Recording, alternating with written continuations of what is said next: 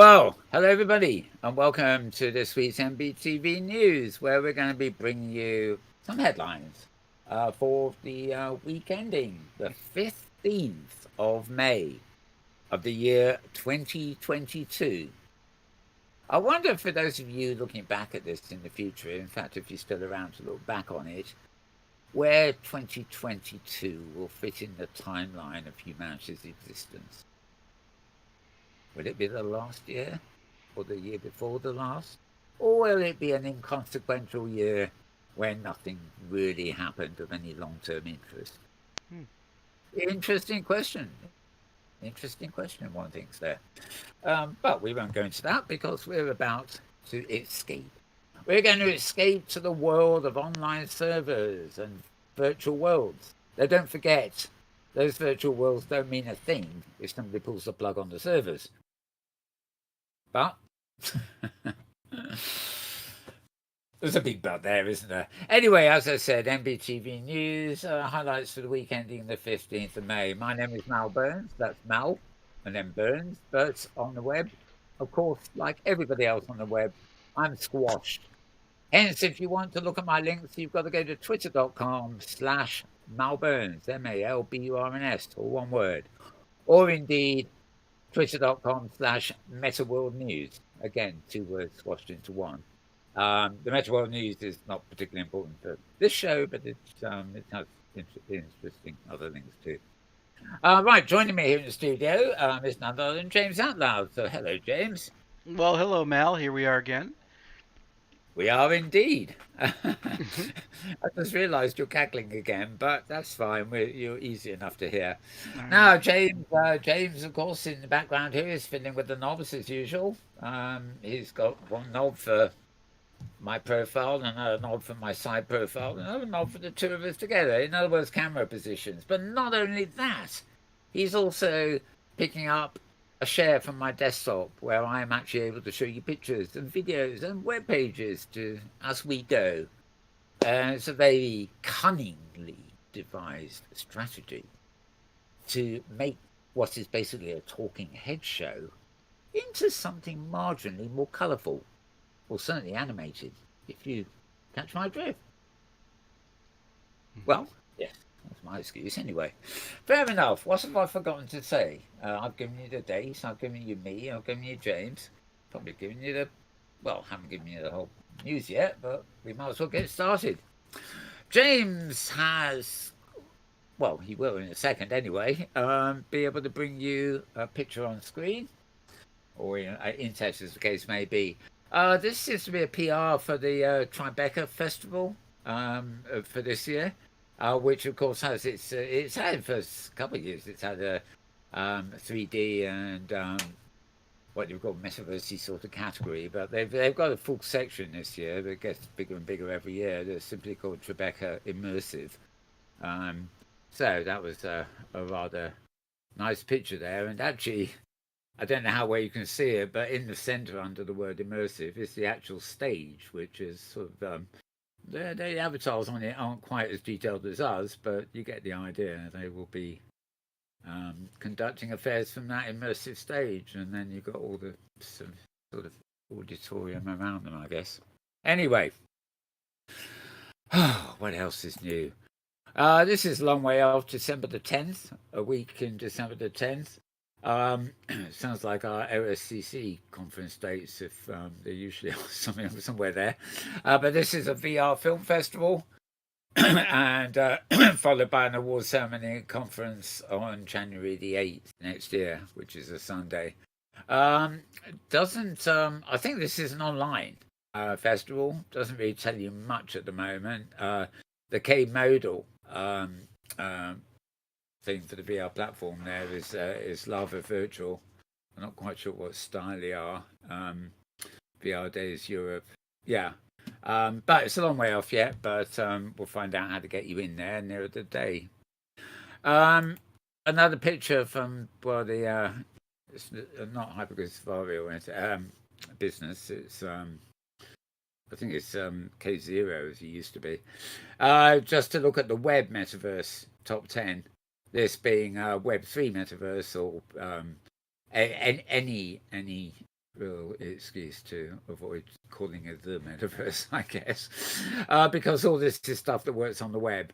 And I noticed Musicverse, which I actually showed you many weeks ago on by broadcasting from the iPad, and Stage 11. They're both down here as in development, as is the Fabricant, which I've heard of.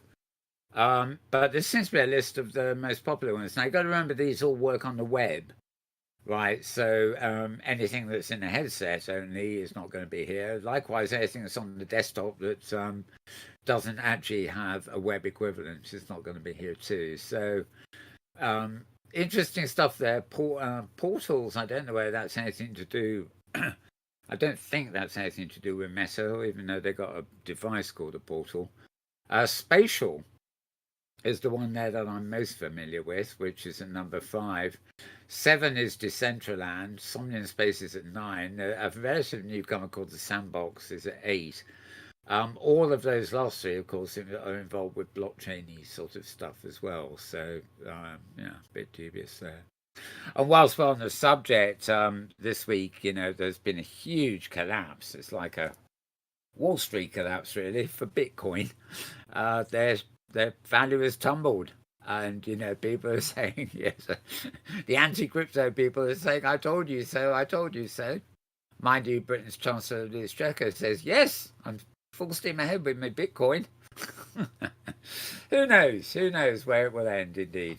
But anyway, yeah, I can't tell you quite where to find that. I picked this up on Twitter, I'm pretty sure. I think somebody on Twitter would have posted it. There is a Twitter feed for the company there called Metaverse, Metaversed.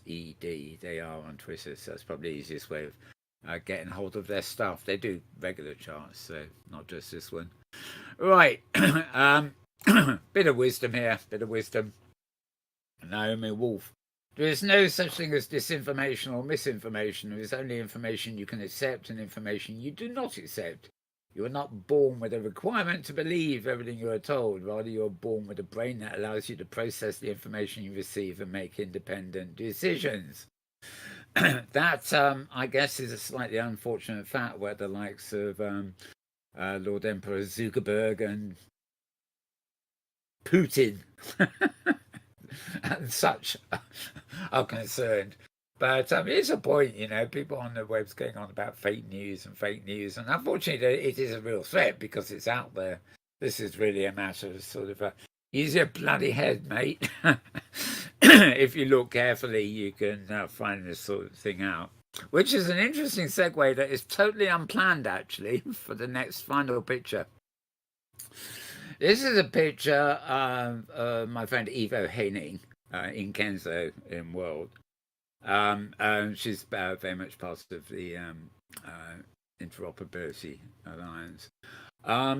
But this is interesting. I've got a film director friend on Facebook, a chap called Hunter as well, and several other people on Facebook. I very rarely check Facebook, but everybody has been doing this to their picture all week. Yeah. There's some app that actually allows you to take photographs of yourself and then manipulate them in really arty ways. And the backgrounds are rather odd, they blow it looks like, I don't know what kind of mess she's making with that fireplace, but that is clearly taken from a photo and it looks quite good. But this is typical. No, I'm not criticizing Evo here, but so typical of people on Facebook. They've all. It's like when they get a symbol for, something, and they add the sticker to their profile picture or whatever. Everybody's changing their profile picture to one of these things by I don't know what it's called. It's a website or something called fuckmyface.org or something.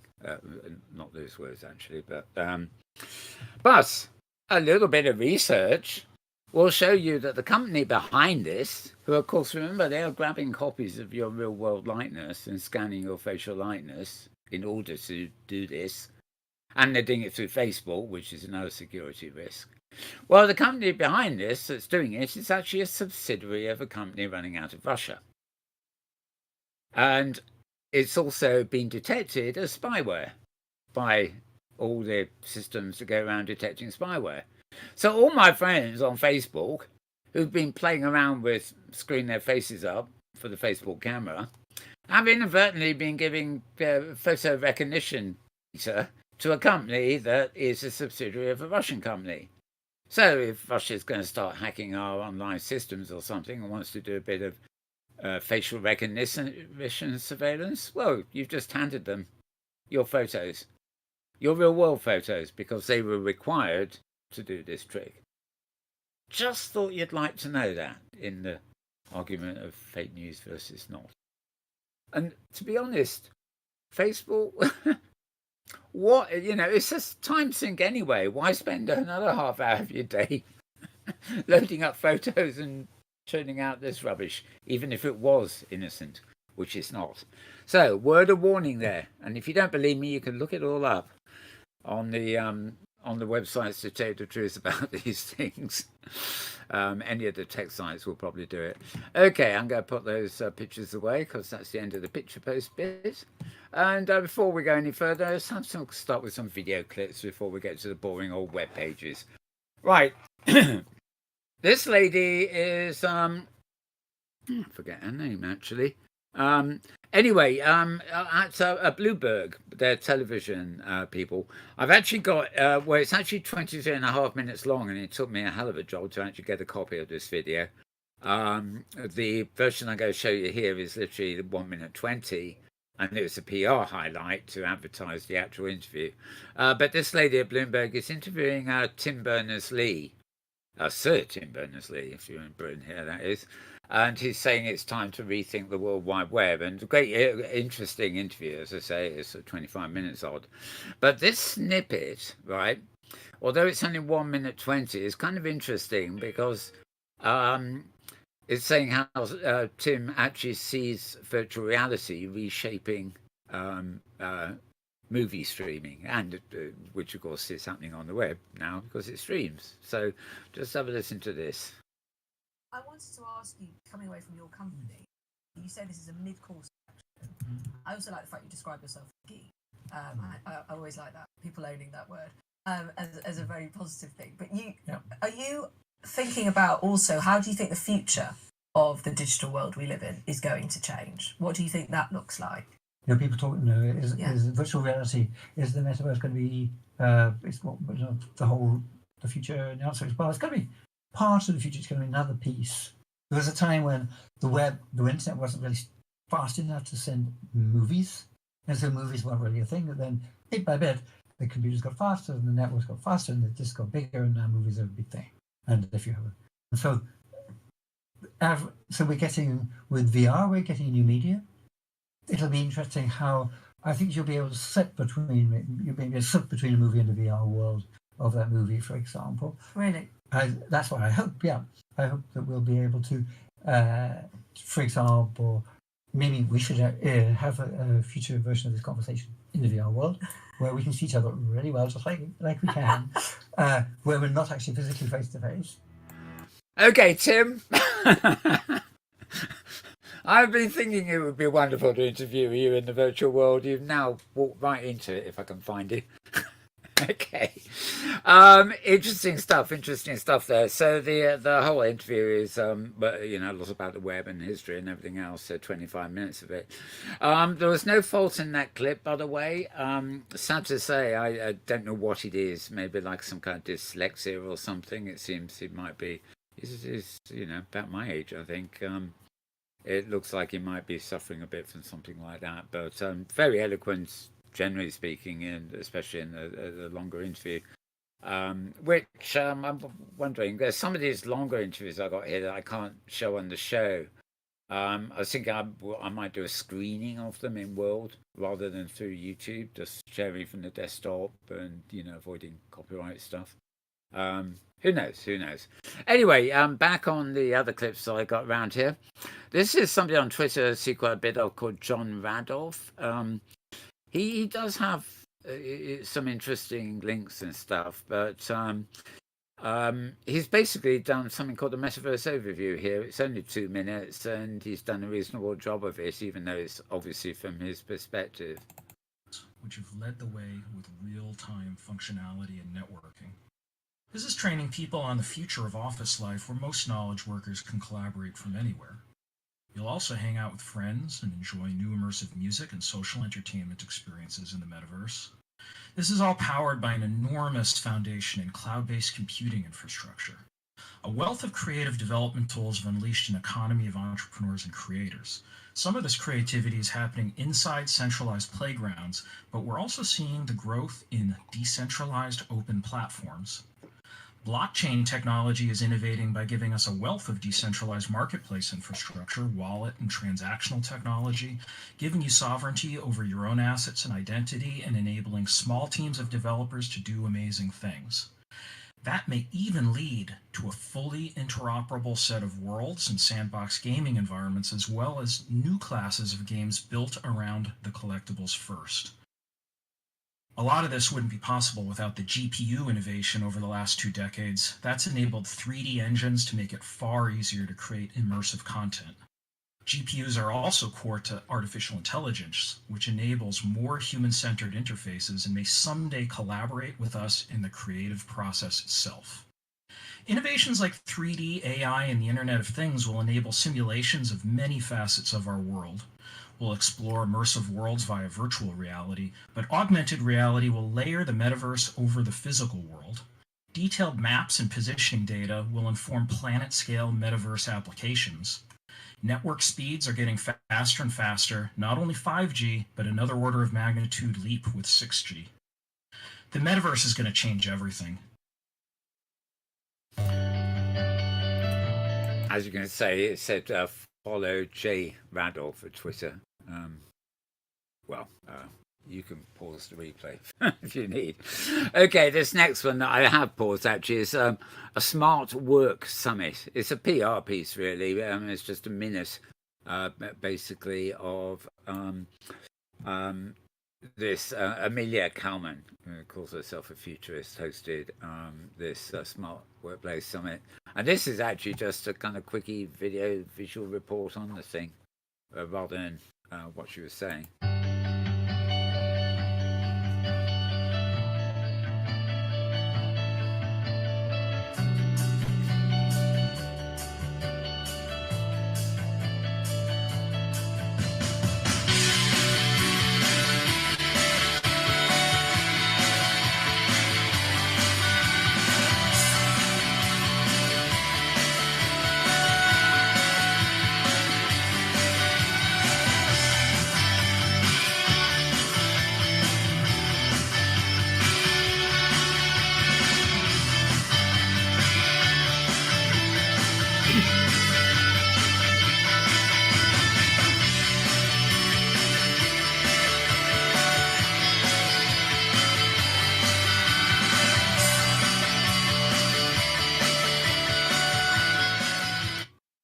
Well, I was going to say a host of notables there. Now, this is part of a greater thing called Integrated Systems Europe, so the focus was on Europe, and I think it was held in Barcelona there. Looked very interesting. I haven't actually seen any video clips of talks or anything there, though as you could see, there are a lot of not only live talks on the stage, but other ones that were obviously remote using Zoom or whatever to being participants in. So it did look like fairly comprehensive, full, sort of fully fledged conference there. I've got a lot of technical stuff coming up later in my Mastodon feed. Well, who knows? There may be some videos popping up eventually from there too. So moving on.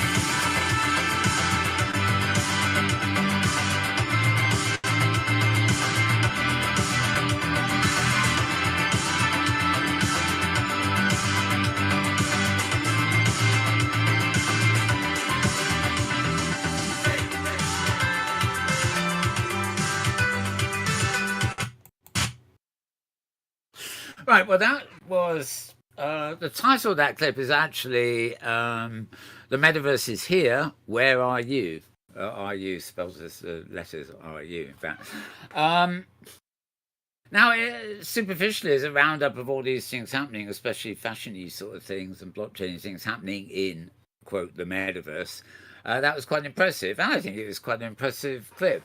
But on a closer observation, everything in that clip was on one virtual world platform, which is not an open metaverse at all. It's called Roblox. Now, 15 years ago, I could have produced, I don't know, a similar sort of thing featuring brands at the time and people rushing into Linden Lab's Second Life. And, big people, Orange Communications, IBM, Nike, probably, loads of people rushing in there. And I could have said, the metaverse is happening, look at all these brands who are in here now. And then, at the end, I could say the here in question is Second Life. But this sort of thing actually feels in some ways a bit dated because the stuff that's going on in Roblox there is much more real. It includes AR and it's much more up to date. But the marketing concept, the idea of, the metaverse is here and look at all these brands in there, is actually no different from Second Life pretending to be the metaverse. Which, in a sense, it had the right to be back in those days because the metaverse wasn't what people think it is now. It was part of the dream that Second Life and others were part of back in the day. Anyway, I thought that was kind of an interesting sort of thing, to watch. Now, this one is a Kickstarter for something called Catwalk. It's the idea is that it's a replacement for one of those treadmill kind of thingies. So. Seems to have jumped halfway through myself. No.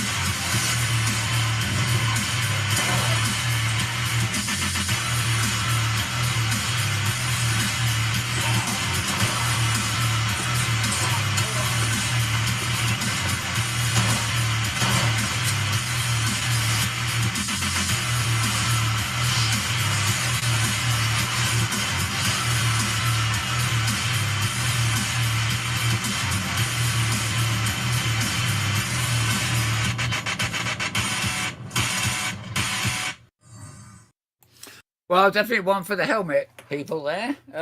Would you go for that, James? I know you like being in the helmet, but the heavy action on that one, I think. Yeah, I'd fall over. I'm not that. Yeah, it does follow you around, so you don't have to stand on the pad as you move on it and walk forward and backwards. It follows you, apparently. Yeah. But I don't even want the headset on, let alone that. Yeah. But no, there's a new headset app for a canoe trip. I'd be good with that one. Yeah. Canoeing, yeah. I saw that somewhere. Yeah. I mean, it's a bit out of my, it passed me. I haven't got any clips of it or anything, but it's sort of it's obviously a Quest thing, I think, isn't it? Yep. Helmet-based one. The unmentionable, right? Yeah. Well, I deliberately don't. It's worth saying this that I don't tweet very much to do with the Quest helmet at the moment. No. Even though it's the principal sort of platform where some interesting new stuff is happening. Say it isn't so, Mal. No, but hang on. The thing is, the reason I don't, right, is whatever my feelings about Zuckerberg and the empire and all that, there is no tangible competition yet. Though we've now got Pico and we've got HTC's thing and I suppose Magic Leap. There are going to be, in 12 months' time, there are going to be a lot more hardware things that you can use to enjoy VR. And at that point, I might really start concentrating on some of them again because at the end of the day, the experience is what it is. Yeah. So if I have experiences I can point you to, if it's an open sim, or it's in Second Life, or it's in Sansar, or it's in Science Space, somewhere you can get to relatively easy on even on 2D desktop, and with the emphasis on social. Now, I'm not a helmet fan, but I do appreciate that, you know, in my future world, maybe I will put a helmet on for 10 minutes to see something special and then take it off to give myself a rest, you know. Rather like I don't wear headphones all the time. I much prefer surround sound in the room. We each have our preferences there. But if a destination guide was a true destination guide for the metaverse and allowed me to point you to places that did not need a specific hardware headset, fair enough. You could choose to have a Zuckerberg one or an HTC one or a Pico or a Magic Leap or many of the others that will undoubtedly arrive on the scene. Greater quality, HTC for example, and maybe Magic Leap. Lesser quality as well, of course, because there's going to be budget versions of all these things. So, you know, one of my focuses will always be on destinations, great looking places to explore, great places to meet, etc., and art as well. But to me, when I see this flood of things that you can do in the Quest at the moment, to promote them seems to me to be a bit like promoting Zuckerberg's empire. And when there is more variety there, and I can treat that empire as just baby empire in the massive scheme of things, then maybe my opinion will change. But for the moment, it ain't. Now, Improbable, we've heard about really. They're the engine that was running back behind Hello Games and things. They originated a few years ago in Cambridge at the university here in the UK. They now have offices in London. And their technology is actually licensed to run games, but they also have their own demos, right? And I've never seen anything quite like this before, except when I think Philip Rosedale, we had a festival in High Fidelity, and I think we got several hundred avatars at the venue. But anyway, Improbable held their own little town hall. Or at least I say little. Not quite sure about that. Leap off. Prepare to leap a leap of faith. 3, 2, Jump just because he says. 1, no, leap off. Yeah, well, it's a virtual world. You got to be silly, but impressive. I thought those were pretty fully fledged avatars, and they weren't. They were all real, if you know what I mean. They weren't, pixelated sort of replicas. No sharding involved. You know, they were just all there, and I couldn't stop the film and count them all, but you know, no jelly people. Pretty good number. They probably were jelly by the time they'd all jumped off the ledge, but there again, that's gamers for you, isn't it? Anyway, moving on to my last clip here. This is I presume there's a platform out there called Made in Dreams. Dreams, and this is a clip called Made in Dreams. And it starts off looking a bit like one of these old-fashioned, optical illusion things. But it grew on me because I started watching the floor as opposed to the black and white chessboard infinity effect.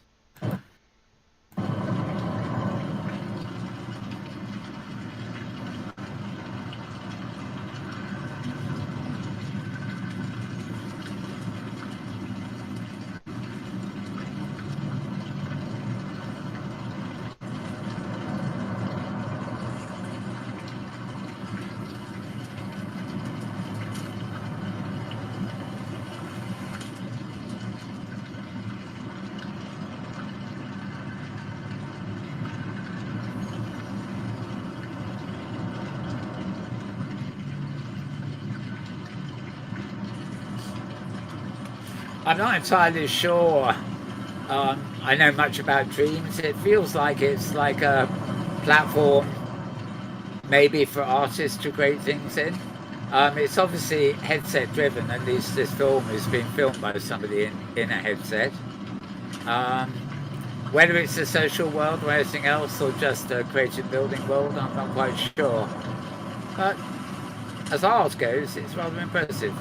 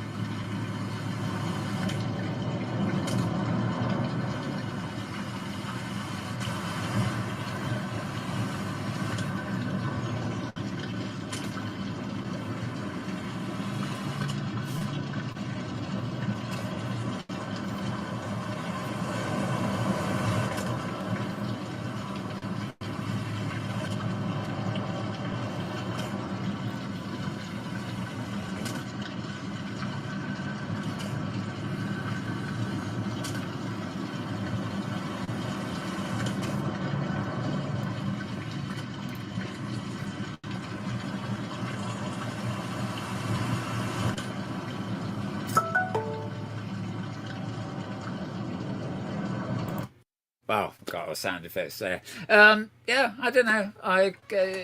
Imagine the day when we can go on a hypercar safari or something and see. We've been to things like this, but even in 3D and whatever, with a bit of scripting, they're very static. But there you've got the engine, the graphics engine, just fully at work. And well, talk about headsets. I mean, if you combine a headset with actually that floor, might be a real problem. But whilst it's on video, I'm quite happy to watch it, put it that way. Okay, so I'm going to put that lot away now, simply on the basis we've got other stuff to do, which is like look at some of the websites of the week with the actual news in them. Starting off, as we always do, on Monday, we had the Scar Ghost back again. Cue the music, I suppose. Ooh, yes, it's working. And it's not cackling either much. Right, okay, this is Tony Portillo's weekly roundup. Obviously coming out on Monday, it's a look back at the week before, and he's telling us all he's feeling better this week, and because he wasn't too well the week before that. Sending good vibes to my friends in China who are now facing lockdowns. Some parts of the world are in serious lockdown mode still, or actually they hadn't been and they are again now. Okay, Meta, who should not really be named, but there you go, I've said it now. The company is going to launch 4 VR headsets before 2024, according to a report by the Information. Yeah, Project Canberra. Nothing to do with the Lake District, as far as I know. To Stinson and Cardiff. One is probably Quest 3 and the other is not clear what it is.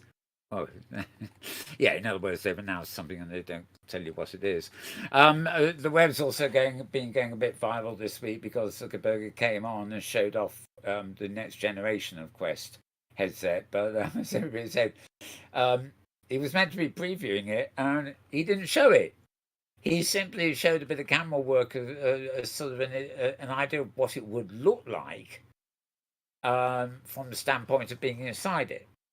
And he claimed to be that was him standing inside it, but they deliberately blurred the camera so you couldn't actually see what the thing looked like. I think they're worried about people ripping off the form factor, I think, or something. Maybe it's a pair of glasses and we've just what we needed, Meta or not Meta.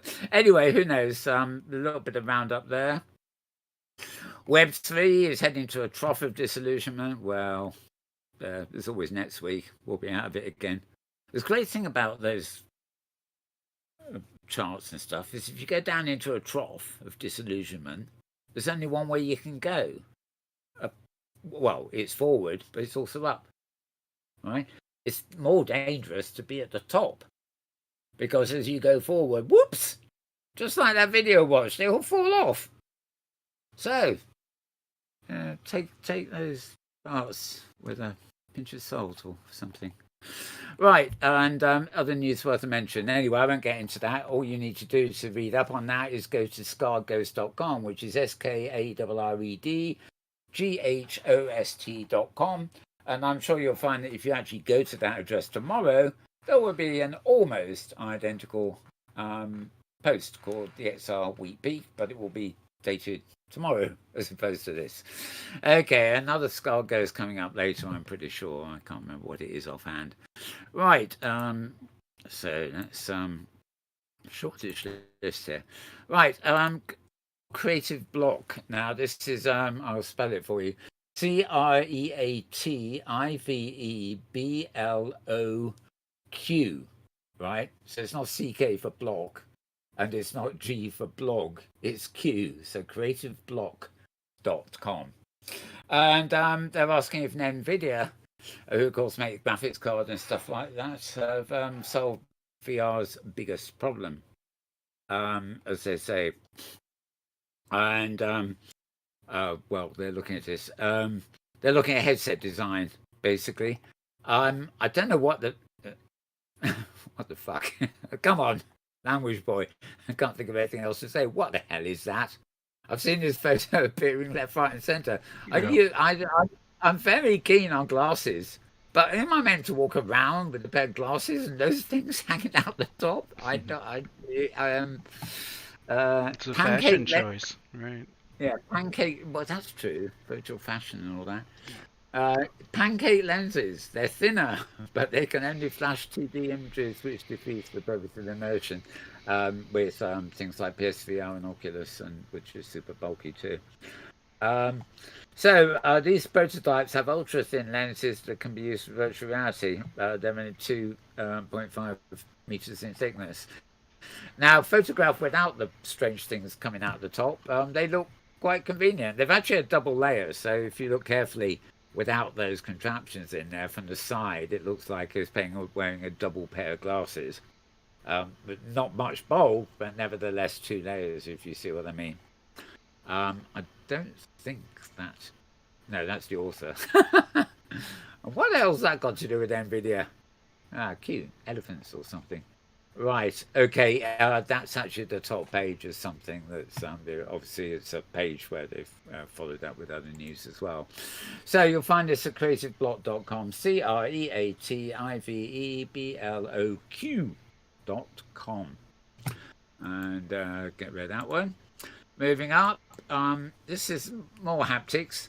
Question: are human-powered motion simulators the future of VR?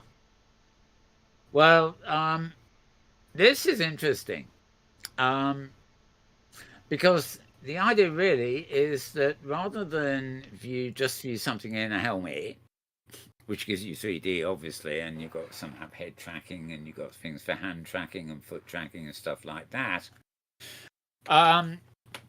you're interactive with however much motion there is and action there is. It's you're interacting with a passive motion platform is what they call it.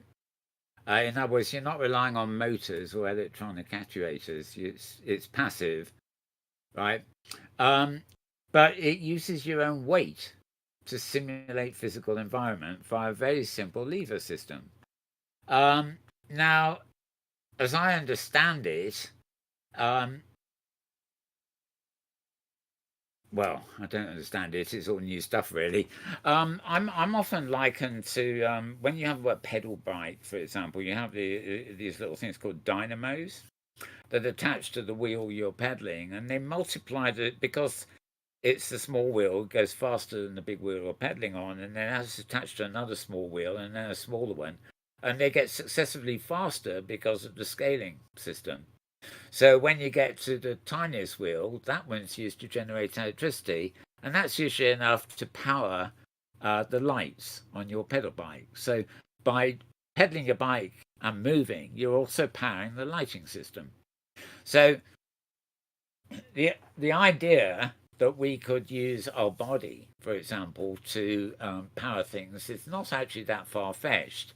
On an elementary level, you could have a little implant put in your arm somewhere that patches into your bloodstream, right? And it'd be like a little water wheel, totally miniature, of course, but it would be able to generate power from the movement of your bloodstream in, say, a single vein through the little water mill. Obviously, it'd have to be sealed and stuff, but but they're already making. In fact, I think I'm getting one for us diabetics. We're getting a little patch thing, which means we don't have to prick our finger to measure blood anymore. It will actually be in our body and it transmits to the iPhone. So don't need to remember to check. It will alert me if I need it. I think that's the idea anyway. But it does seem to me that amongst all this other future sort of tech, we're not talking about cyborg men and stuff like that. Just the idea that there are ways in which we can use our own bodies to generate power. When you consider the cycling example I gave you, you're riding a motor vehicle, but the motor driving it is your own legs. It's your own body's power. And you can get some pretty good speeds out of cycling.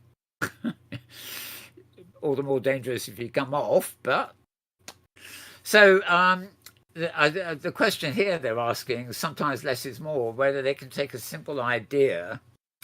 This is a company called Kinurse, by the way, and they have a human power design that removes the need for external power, right? And it's also open source, which is interesting. Anyone can download the project files and start working on their own modifications. Making designs publicly available, the community will feel encouraged to implement their own improvements and help perfect the original design. And designers will be free to sell their own creations without fear of the company taking legal action. The design is surprisingly straightforward. The user sits on a flat base equipped with two large levers. By pulling forward and back on these controls, the user can adjust their orientation, pitch and roll. The touch controllers are used to identify the location of the controls and the base in relation to the user. While the current iteration only supports 2 degrees of freedom, the company eventually hopes to provide 3 degrees of freedom for even more realistic experience. Now, if this is open source and people can fiddle around with the source code and everything else, the reason that I hope they get publicity for this, to be honest, which is why I'm including it here. There are plenty of people in the world who, maybe like me, don't actually relish the idea of spending our life, or too much of it, in a helmet. Or whatever. Although you'll notice from on the little table there is a sort of suspiciously looking Meta helmet or something there. But the idea that a lot of this technology is beyond the pocket of many people who would really love to have a Zuckerberg helmet, but they can't afford it. It's not Facebook, it's not free. The idea that there'll be schematics out here for do-it-yourself components where you can build your own, immersive reality rig. Maybe people who've got spare rooms or sheds will be able to kit them out as holodeck type rooms using open source information to, do-it-yourself stuff is, I used to love do-it-myself stuff. Can't even move the stuff anymore, but that's another problem, The joy was actually putting it all together yourself and stuff. And, I think, given the, people who work on invented computers in their garages and things like this, do-it-yourself stuff is really good to watch, We've also seen it with computing itself, with things like...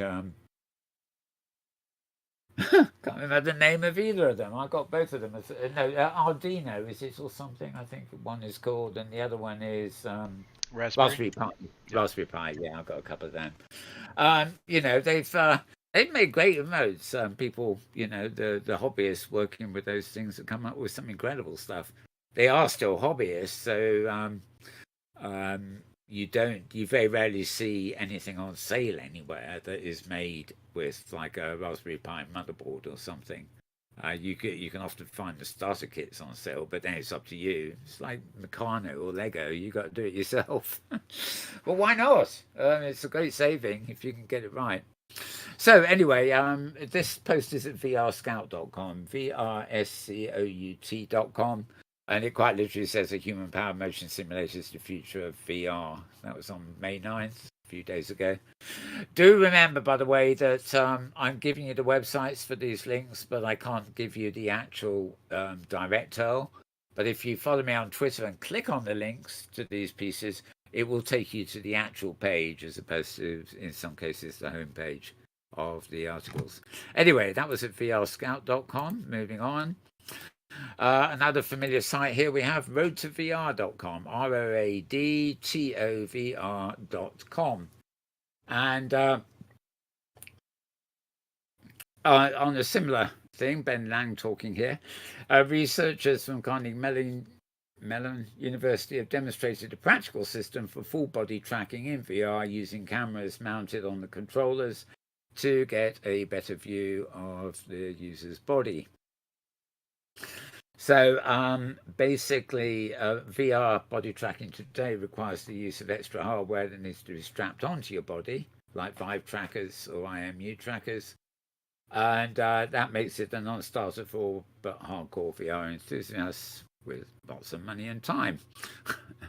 Quite a lot. But basically, this prototype standalone system adds cameras to the controllers themselves to get a much clearer view of the user's body, making it possible to extract reliable tracking data. And oh, that's interesting. There is actually, I'm going to click on this. This is actually a video. Maybe it won't click. No, oh, hang on. Oh, yeah. It's a rather odd shape. That's why I Today's didn't virtual realize. reality systems generally only track the position of a user's head and hands. To capture the rest of the body, previous systems have opted to use accessory worn sensors, external tracking infrastructure, or headset-mounted cameras with an oblique and often incomplete view of the lower body. We present a new and practical method for capturing user body pose in VR, integrating cameras into the controllers, where batteries, computation, and wireless communication already exist.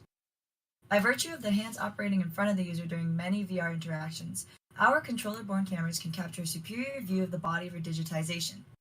More specifically, our pipeline composites together both cameras on each controller to create two, minimally occluded, 185-degree views of the user.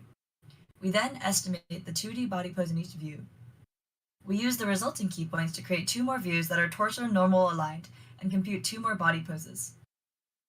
We take this multi-view data and combine it with head and hand data reported by the headset and controllers. This fused sensor information is fed to a multimodal neural network, which outputs a full-body 3D pose estimate. To help project outlier poses and provide continuous animation during brief periods of tracking loss, we pass our raw 3D pose estimate through an inverse kinematic solver, which controls an avatar. This also means we can start to build new and interesting leg-centric VR experiences. For example, we created this human Tetris game, where users must assume the correct full body pose to avoid obstacles and progress in the game. As another game example, we created Feet Saver, where not only the hands must hit the blocks, but also the feet. Similarly, this hockey goalie demo allows users to block shots with any part of their body.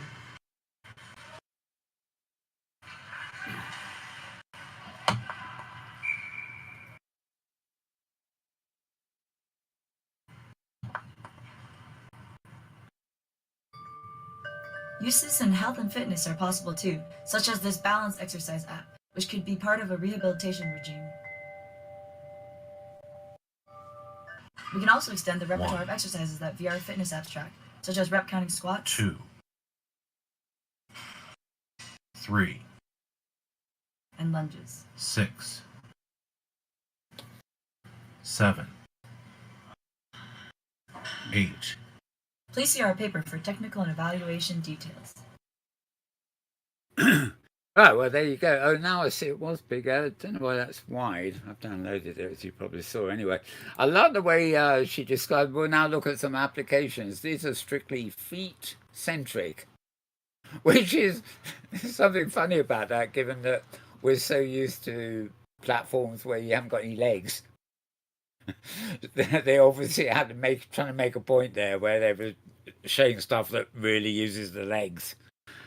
Quite interesting that. Anyway, right. So yeah, that Ben Lang posted that roundup at roadtovr.com, roadtovr.com. Yeah, talking of voices of VR, I don't have any on the list this week, though I have a feeling there may have been one. But always a good site to check there, Voices of VR all one word.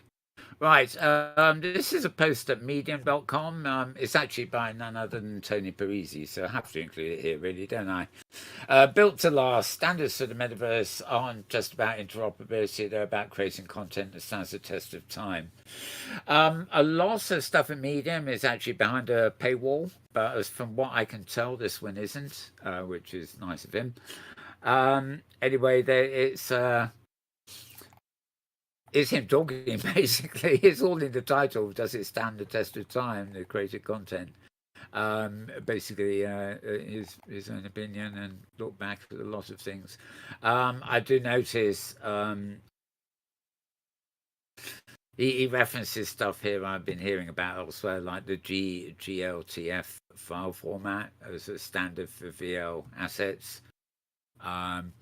Preferred model on NFT places, oddly enough, and I know people like our friend Adam Frisbee and stuff are working on that with Omi. But as he says here, it went from conception to collaborative development by a handful of individuals, and it's about to be ratified internationally. All the work to get it was done by people in the open and teams who wanted to solve a shared problem and benefit the entire industry. And he then makes the point that GLTF is an asset format, and as such it won't actually address the whole range of technical requirements for the emerging metaverse. In other words, it's an asset format, and you can imagine a lot of platforms using it, but it's not ubiquitous. It's not an essential thing for people to use. So if somebody wants to create a walled garden metaverse that deliberately doesn't use this asset format, then of course they can do that too. It's not, it's not as if it's interoperative protocol that is set in stone, but it's a good start. And who knows, may become set in stone. Anyway, that's Tony's take on all that. And you'll find it at medium.com. The exact link you'll find at twitter.com/Mal Burns for the, as with all the other stuff I'm rabbiting on about today. Right. Okay, weforum.org, weforum.org. Feel the metaverse with your bare hands. Right, this is interesting. This looks like it has not obeyed my reader rules, the style sheet. It's put me on the web page instead of my reader, but nevertheless, we can see what it is. Yeah, this is another haptic thing, which is interesting. You can listen to the article. It's not actually a podcast. That's simply a transcript of what's written here. It's from a company called Emerge, and they describe it as social virtual connection, bringing physical touch to the metaverse. When you greet somebody in the metaverse with a high five or handshake, you actually will be able to feel their hand, the company says. So this is more haptic stuff. A tabletop panel called the Emerge Wave 1 uses ultrasonic waves to create the sensation of touch. The panel's roughly the size of a 13-inch laptop, and it projects the ultrasonic beams into the air above and around its surface. When users hold their hands above the panel, the ultrasonic waves map the virtual objects they can see in the VR headset. A technology called Haptic Feedback, oh gosh golly, of course, then translates this into the feeling of touch.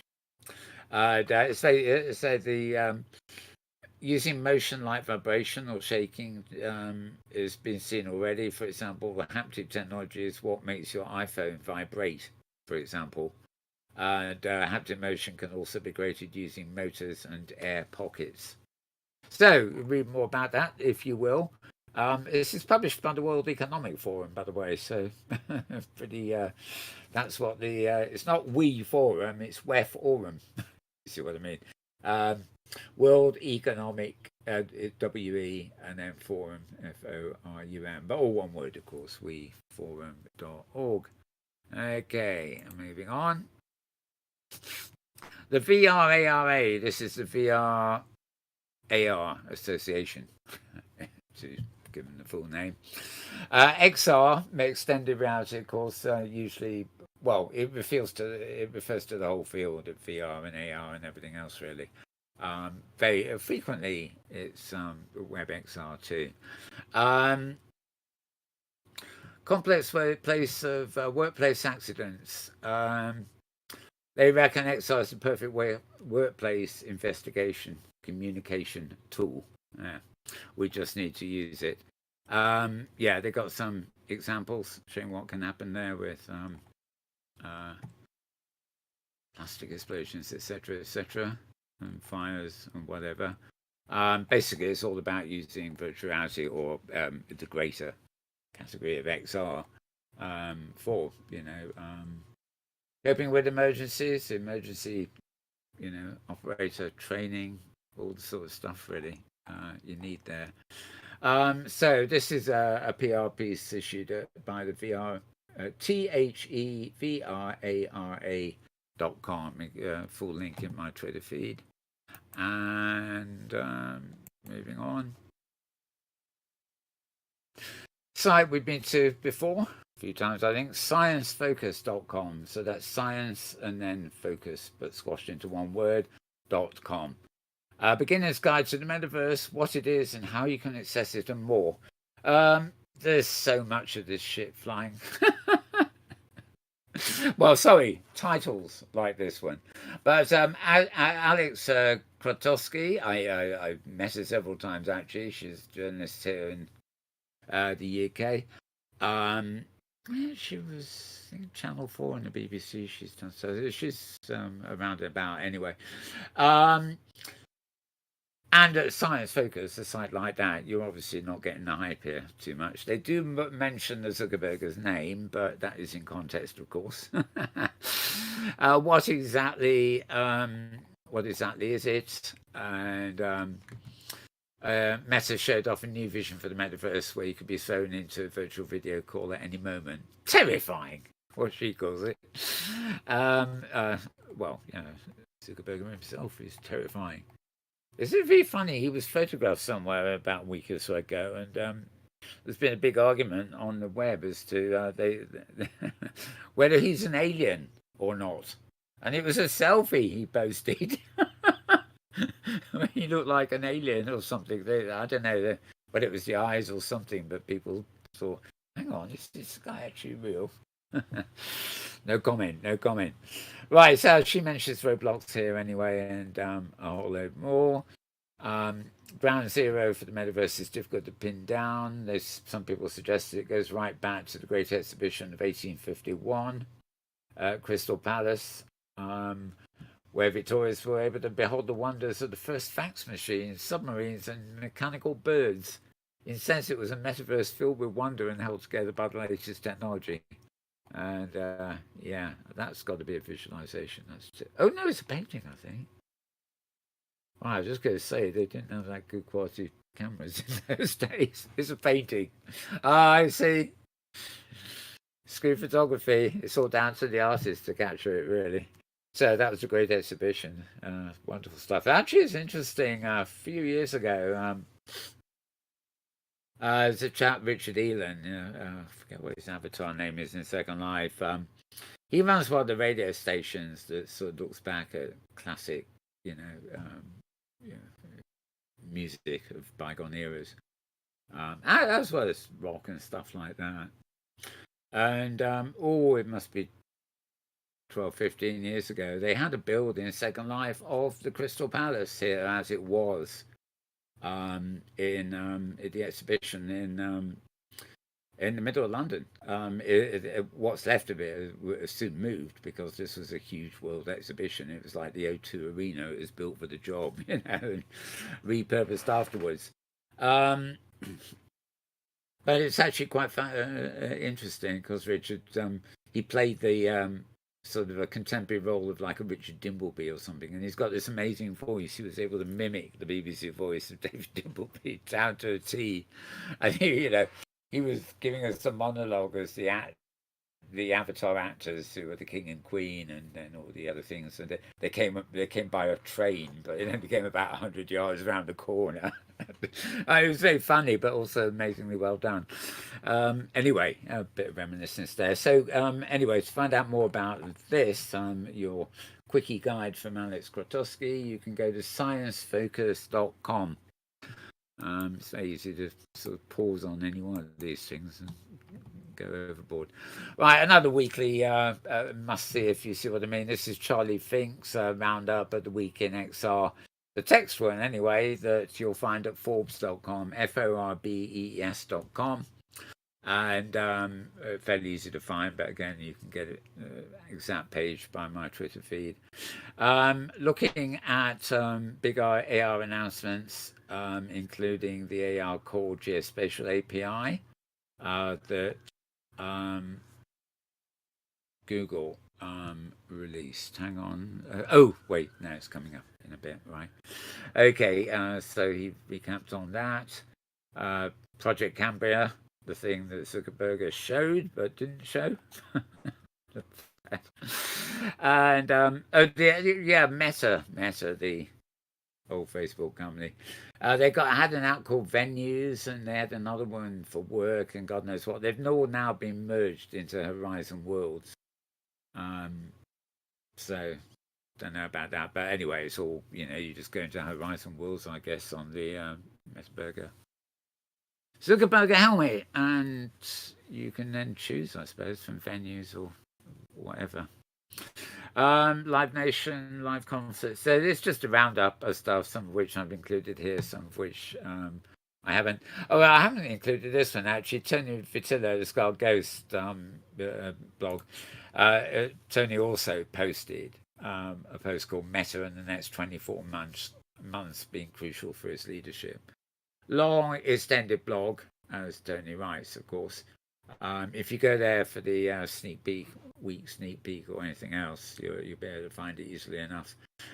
It's not all about Meta, but it is actually putting Meta in context with their plans and like the next 2 years and the chances of them remaining anything like dominant, especially the way the money is flowing down the drain at the moment.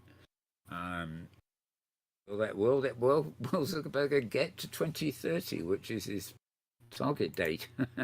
Long way off. That's 8 years away. So, okay, so that's this week in XR at Forbes. ARPost.com, ARPOST.co. Sorry, not com. They say POST. And right, the All Conference comes up. We've shown a few videos, and I've covered a lot of videos of their all nights around the world and conference sessions. That is coming up in Santa Clara, California, in June the 1st to the 3rd. You'll be able to watch sessions live, and the recordings will be up. They're all, this is all open stuff. If you want to go to the real live and in-person one, it might cost you a bit of money, and travel fare to get to Santa Clara in California. A one-day main stage marathon. This is basically just a roundup of what they'll be doing.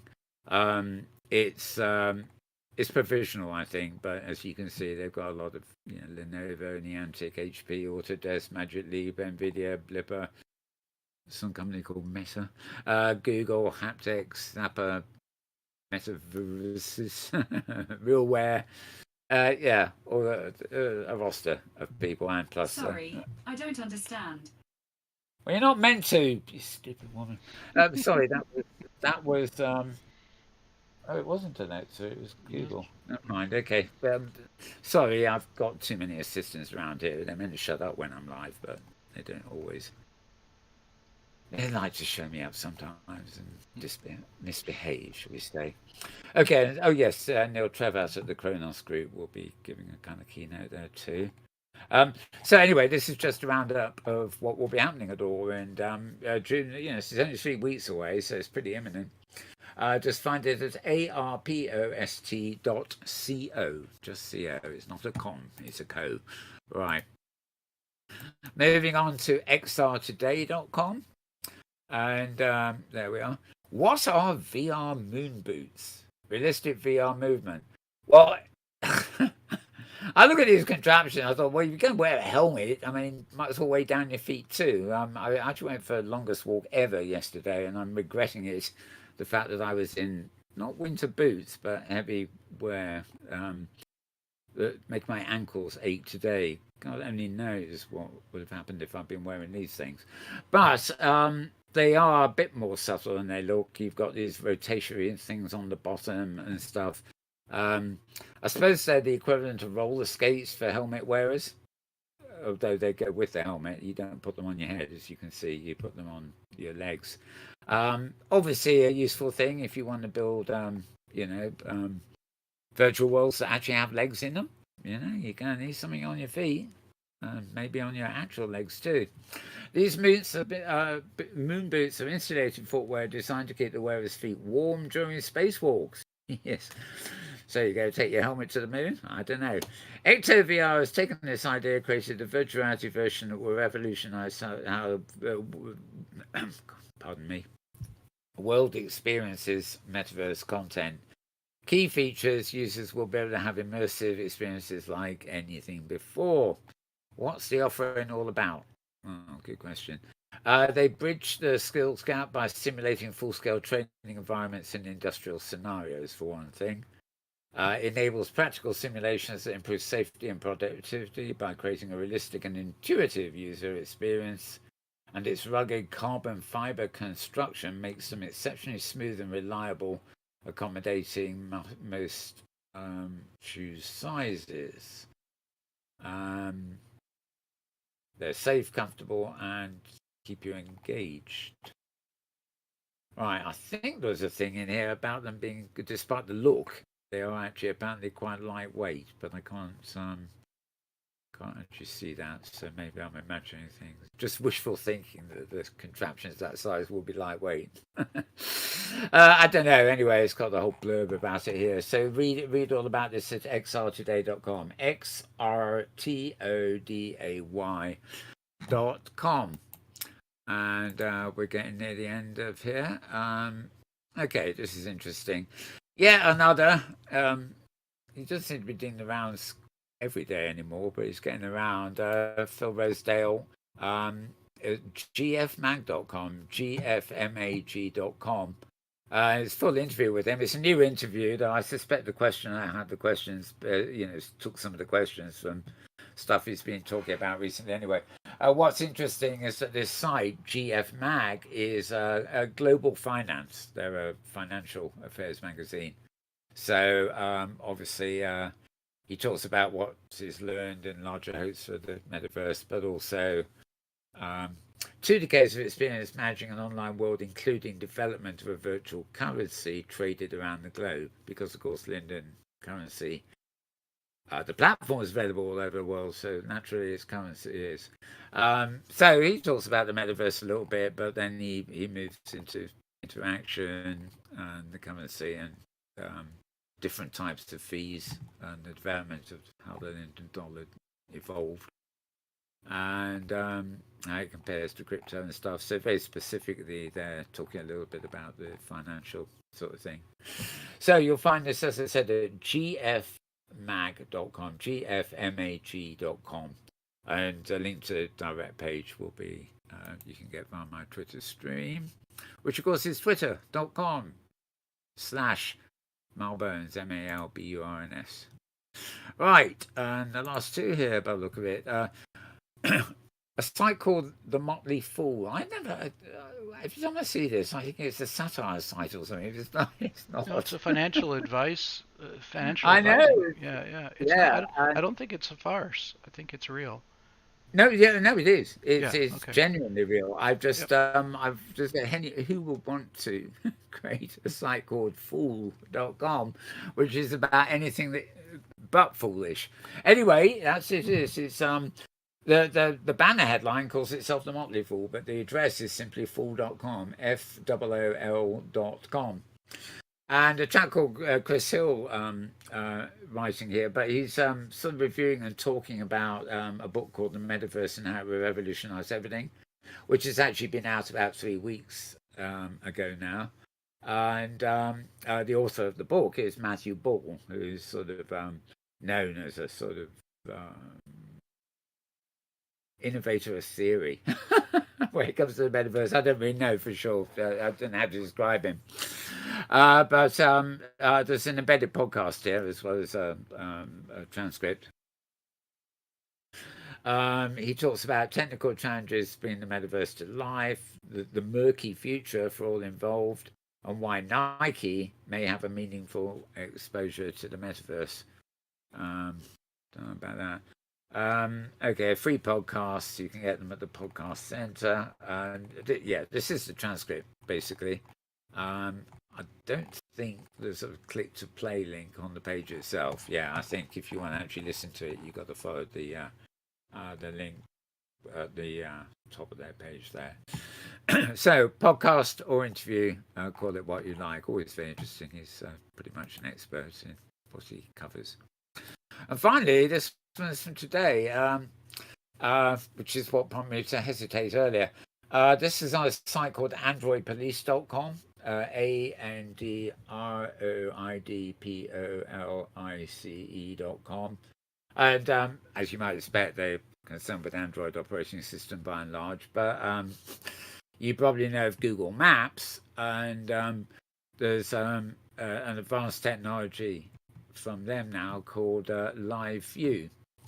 And basically, it leverages the power of Street View, which is, of course, the thing you can go from a map and walk around people's streets based on photography, and improve your AR experiences by it literally takes you into a mirror world, a virtual world that is a mirror.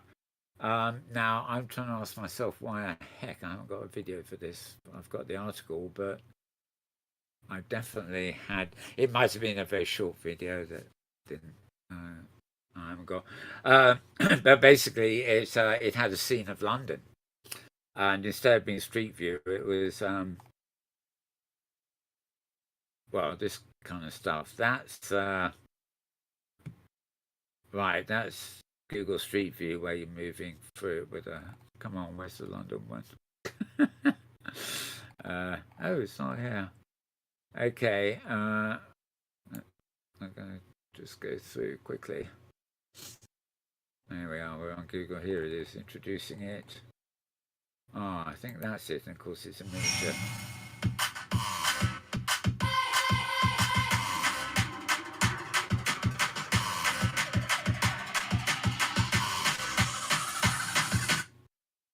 Oops. I was trying to make it bigger for you, but never mind. I'll get the real thing for you. So we've got it next week.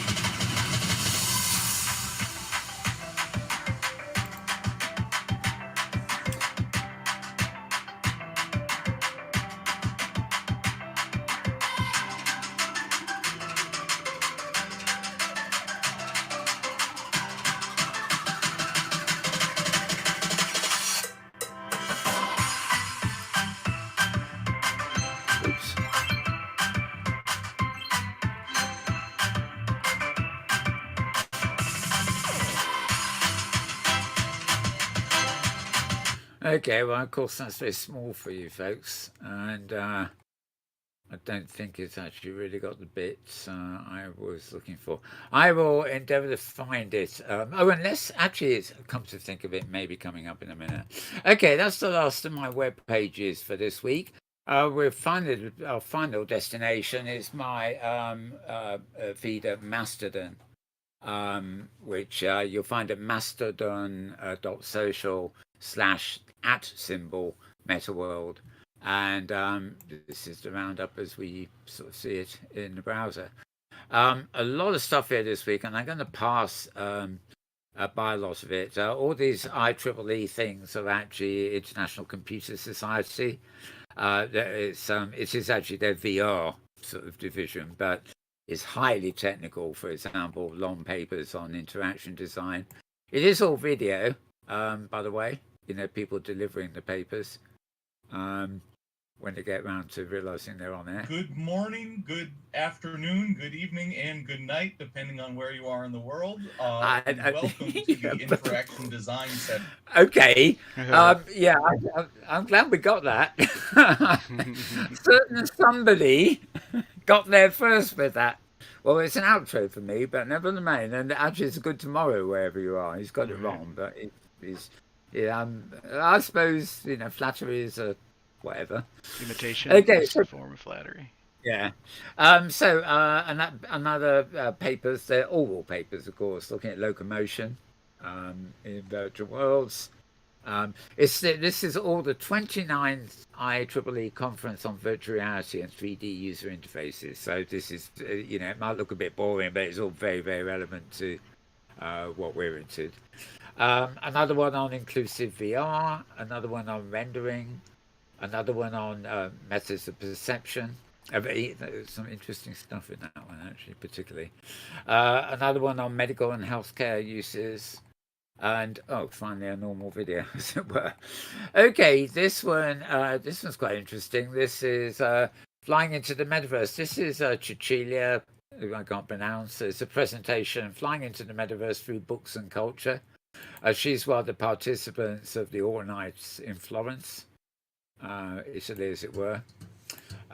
This is 4 minutes, so I'm not going to play it all. Flying into the metaverse through books and culture is a project that was born in collaboration with AWE and aims to highlight the cultural trend already present in the metaverse. Right, that's our introduction. You can come here and watch the other 4 minutes. Right, Charlie Fink and Ted Shilowitz, they're back on video this week. Their guest is Roni Abovitz, who's the founder and CEO of Sun and Thunder, and also the founder of Magic Leap. I don't think he's with them anymore, but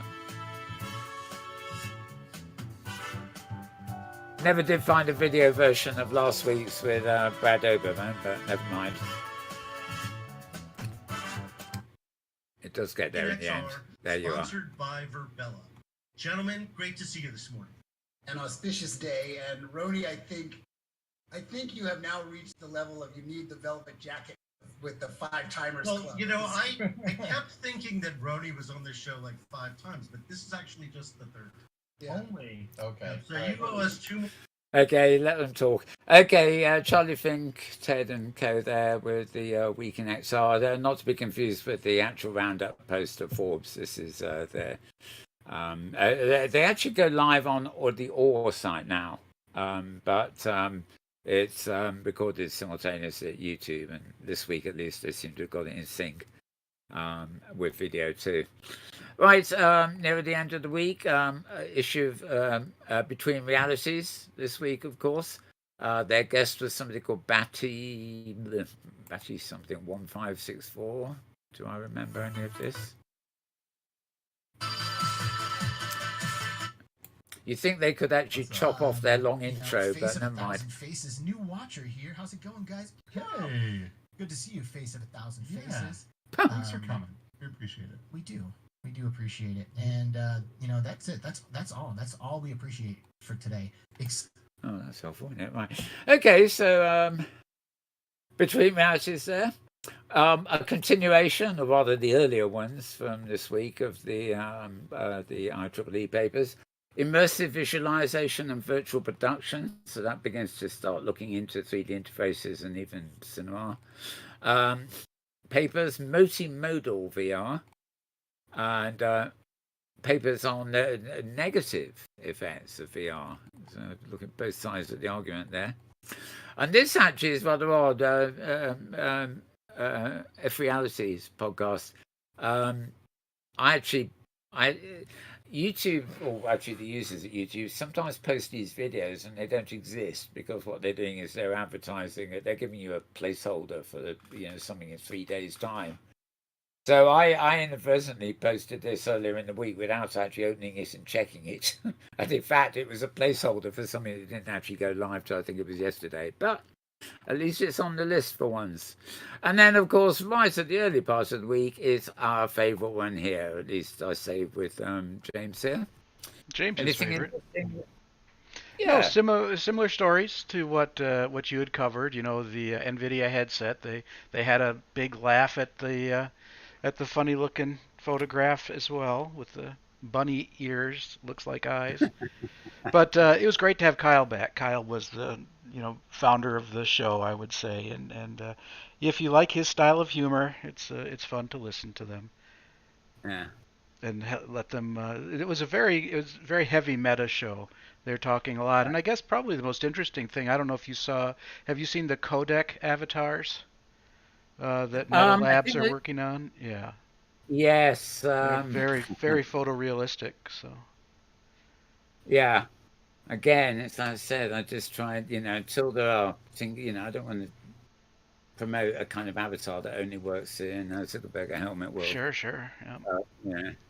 But talking of which, I showed you the promo advert for this last week, but of course on Wednesday it came out. The first edition for more of the spatial show, and it was good. It's only 20 minutes, but I'm not going to play it you all, but they did a fair good job of actually doing a comedy show about AWE's Spatial Show with Adi Barzee, Oli Hirzo, Ori Inbar, Kimu Orilainen, Tony Vitello, and your host, Jerry Ellsworth. Thank you. I'm Jerry Ellsworth, and it's an honor to be hosting the first ever Spatial Show, a show about XR industry news, events, and rumors, all with a lighthearted twist. It's probably the first ever XR show to use humor to engage and educate. And by the way, we promise not to use the word metaverse. Except for this once, just this once, that's it.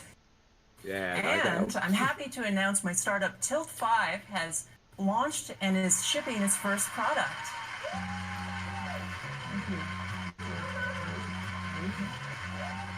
Our goal was to build an AR system that brings people together to have fun playing games with the magic of holograms. It hasn't been easy. It's been long days and hard work.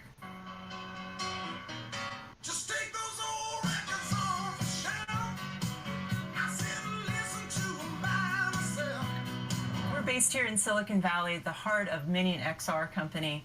You could go into a coffee shop almost anywhere around here and hear a pitch for a new XR startup, and it would go something like this. We're a game-changing, cloud-based, big data, augmented reality social networking app that uses our proprietary video pass-through contact lenses. Through blockchain gamification and NFTs, we enhance disruptive artificial intelligence innovations to democratize avatar interactions. By leveraging NLP in a SaaS-based metaverse, users proactively add value through thought-leading ideation for a fully realized virtual self. We call it coffee, and that's spelled with 2 X's and a Q. And scene. Anyway, folks, we have a great show. Sit back, relax, and enjoy.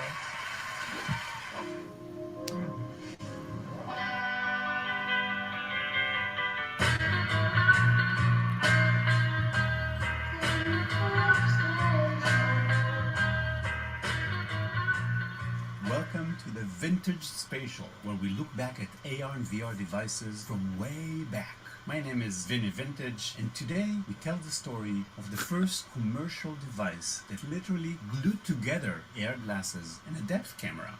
Once upon a time...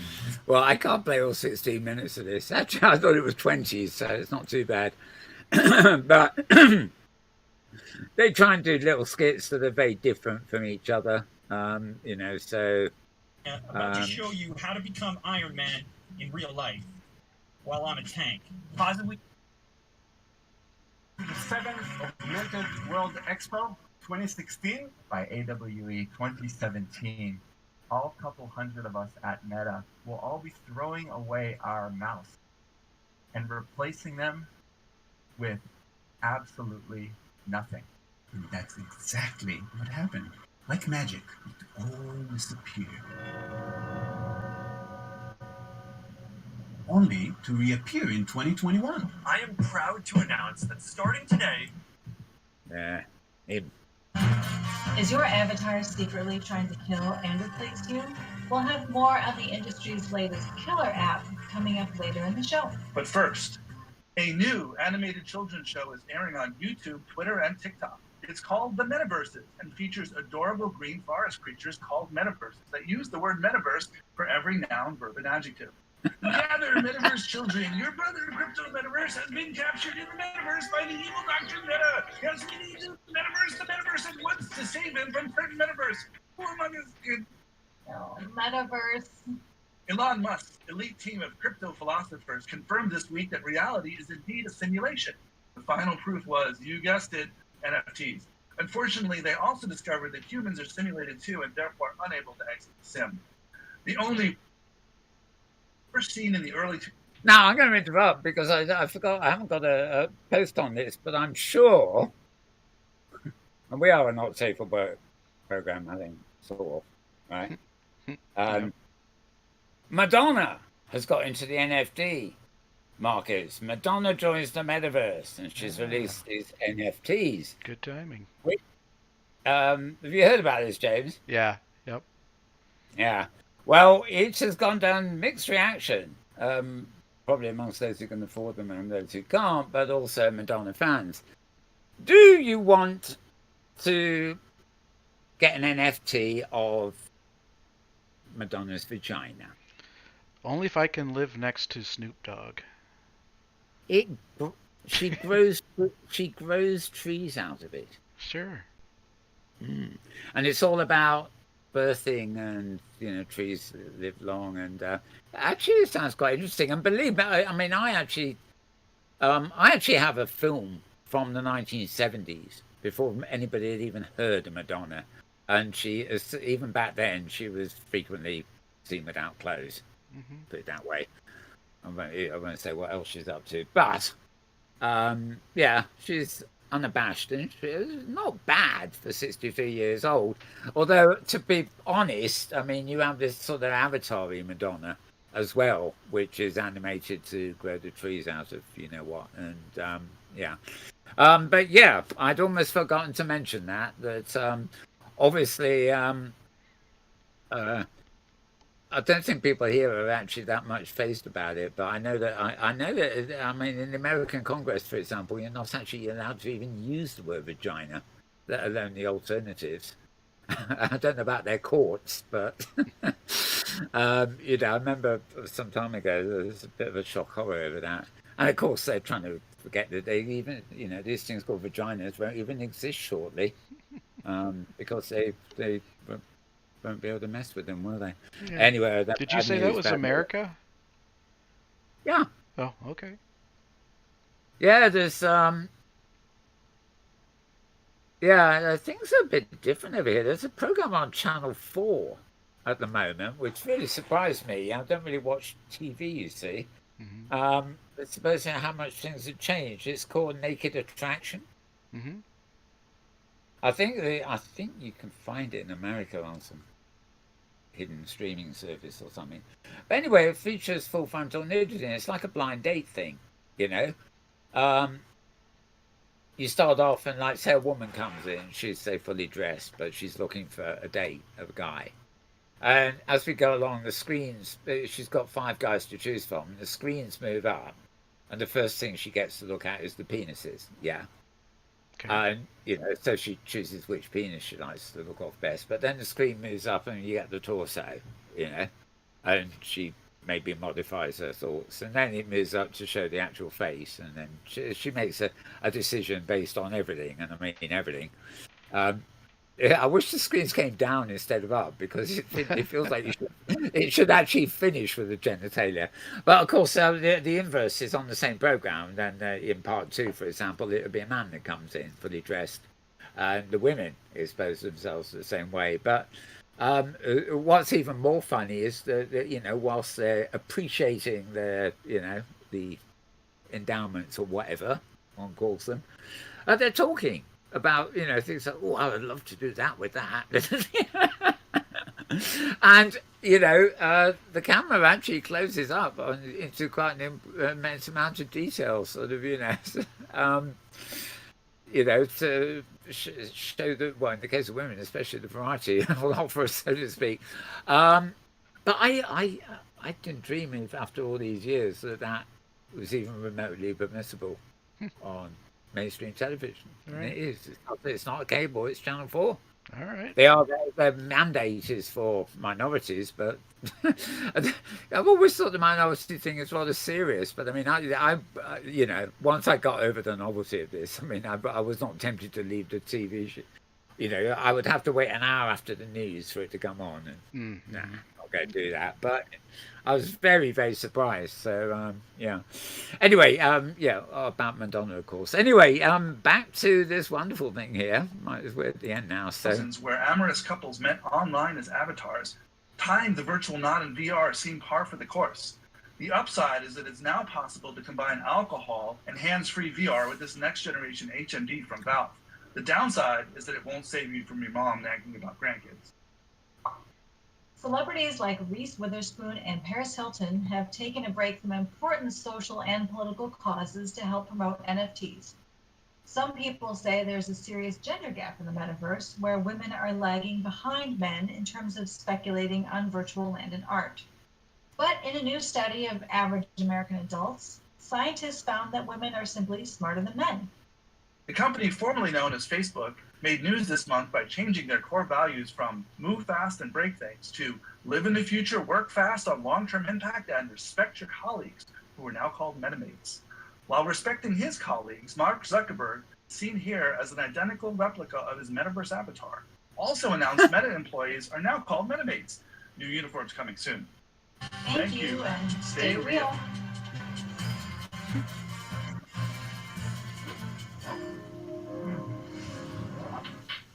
Welcome to the top 5 Metaverse memes of the month. Here we are. Scott goes. Give it a hit. I mentioned earlier that I was multitasking during the first hour of Safari this week, which to my horror was in voice.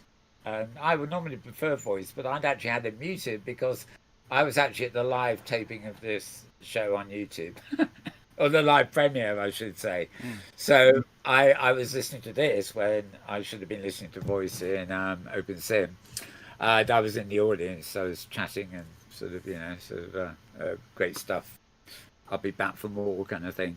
Anyway, this is Skull Ghost bit. The Skull Ghost, and I will show you my personal selection of the funniest moments from the memes metaverse. Or like I prefer to call it, the Memverse. Let's go! Number 5. Finally, it's your occasion to be the cool kid in town and own some free NFTs, you too. And remember, do not fudge. Number 4. Well, here's the point. Nowadays, you can sell whatever old stuff you don't like or you don't even know, but just saying it's an NFT. I know what you're thinking about, and no, sorry, selling your mother-in-law as an NFT is not legal, man. Also because no one will ever buy her. Number 3. You know, I'm not sure what's going on here. I mentioned the Chancellor of the Exchequer in the UK here is embracing NFTs, whatever. Apparently, another little anecdote is the... I guess it's the High Court in the UK here ruled during the week that NFTs do count as property, and you can obviously trade them, but also you can take action against somebody that's stolen it as if it were actual property. Whether you get anywhere, I don't know, but chase the evidence. This is for sure one of the favorite tweets for the last month. The tenant leaving my metaverse house disconnected the crypto wallet and refuses to pay rent. What are my legal options? Don't laugh. This will be a big problem that our grandchildren may have, so he's right. We must think about it since now. And the genius, ladies and gentlemen, is in the answers. At this point, the most you can do is try them to screenshot their NFT unless they pay. Modern problem.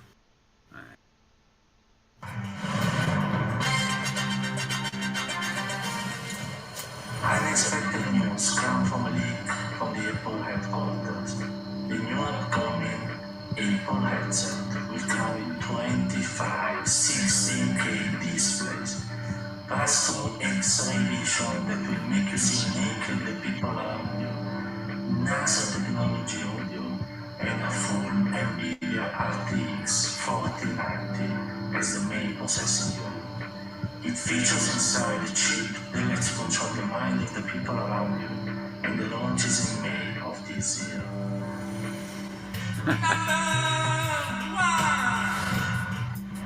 So this is finally the technological evolution that shows the power of VR. In the past, we used to call inside phone booths. You remember them? Then mobile phones arrived and people started using the phone in the toilet. And that's why I never want to touch my friends' phones. But in 10 years, finally VR will reach its full potential.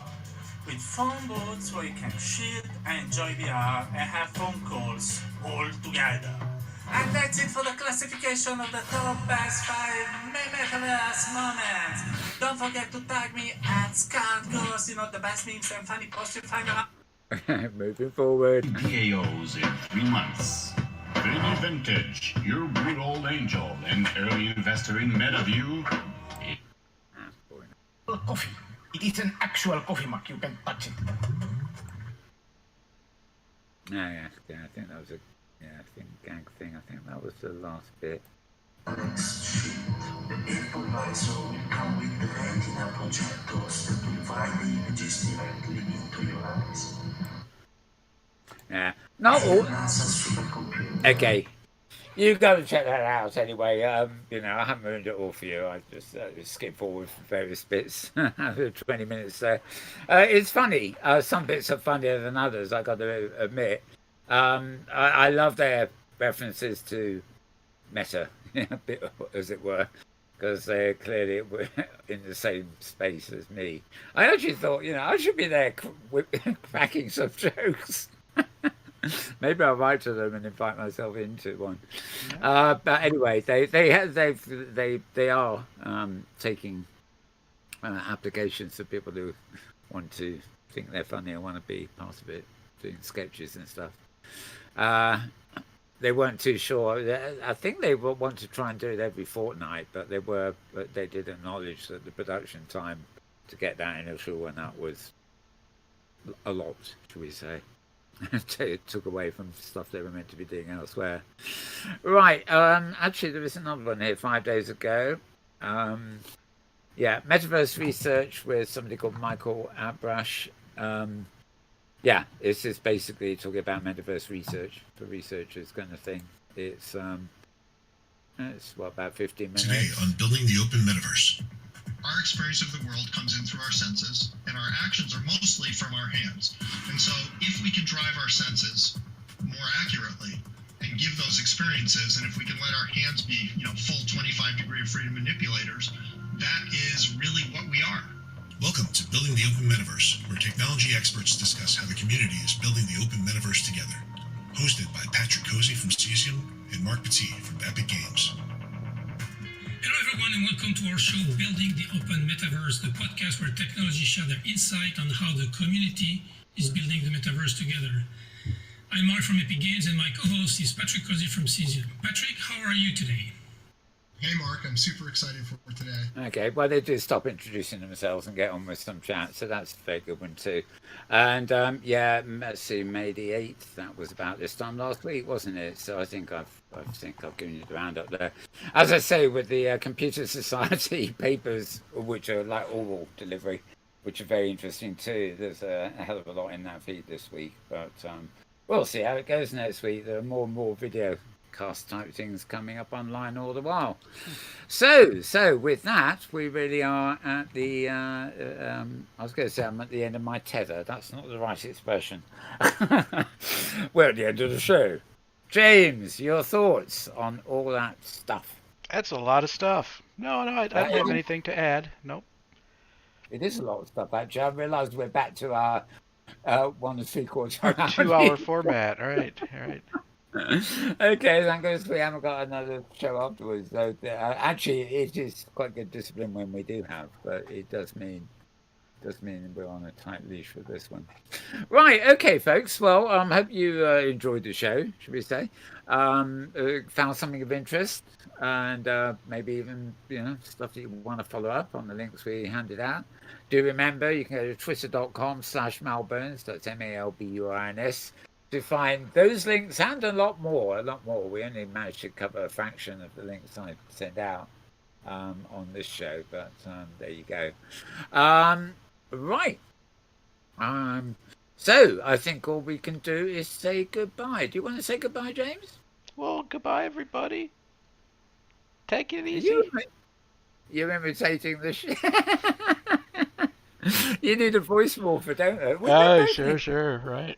I must say, I did like the bit in the middle with their avatars. Although they were cartoony, they were very photorealistic too. But I don't think they're Ready Player One. We can do that. Anyway, yes. So I keep saying goodbye for you, and since you're sitting right next to me, I don't see why you can't say goodbye to you. Goodbye to the folks for yourself. Yes. Right. Well, we'll be back same time, same place next week. You can watch this in replay at any time by following my channel at YouTube. The channel is Mal Burns. Rather strangely for the interwebs, there is actually a space between the Mal and the Burns. You won't find that anywhere else except YouTube. So remember that one, eh? And you can replay them for eternity if you really want. And I've already given you Mal Burns on Twitter. I really just post links there, but I do read occasional incoming comments and stuff like that. So if you have any particular news that you think is relevant to the kind of brief we give ourselves for this show, as it were, then let me know on Twitter. It's probably the best way to send me a link or arouse my interest, as it were. Anyway, until next week, we'll say goodbye for now. And as I always used to say, is I go wish you all a very good morning, a very good afternoon, a very good evening, or indeed a good tomorrow, depending on wherever and whenever you are. And unlike the clip we saw earlier, I invented that one, and they pinched it. Bye for now.